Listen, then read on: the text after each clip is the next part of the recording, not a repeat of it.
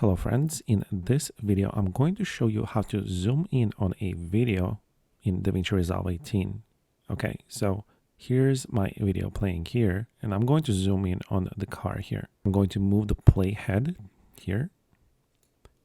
Now go to Inspector tab and here we have zoom controls. Make sure your playhead is positioned somewhere on the video where you want the zoom effect to start. Okay, and now click on this diamond and it's going to turn orange, indicating that we place the keyframe at this location. Now play the video and stop the video and scroll this value for zoom on x-axis all the way here. And that's pretty much it to setting up the zoom effect at the playhead. Now rewind and play the video. You'll see the keyframe interpolating to zoom in on this part of the video.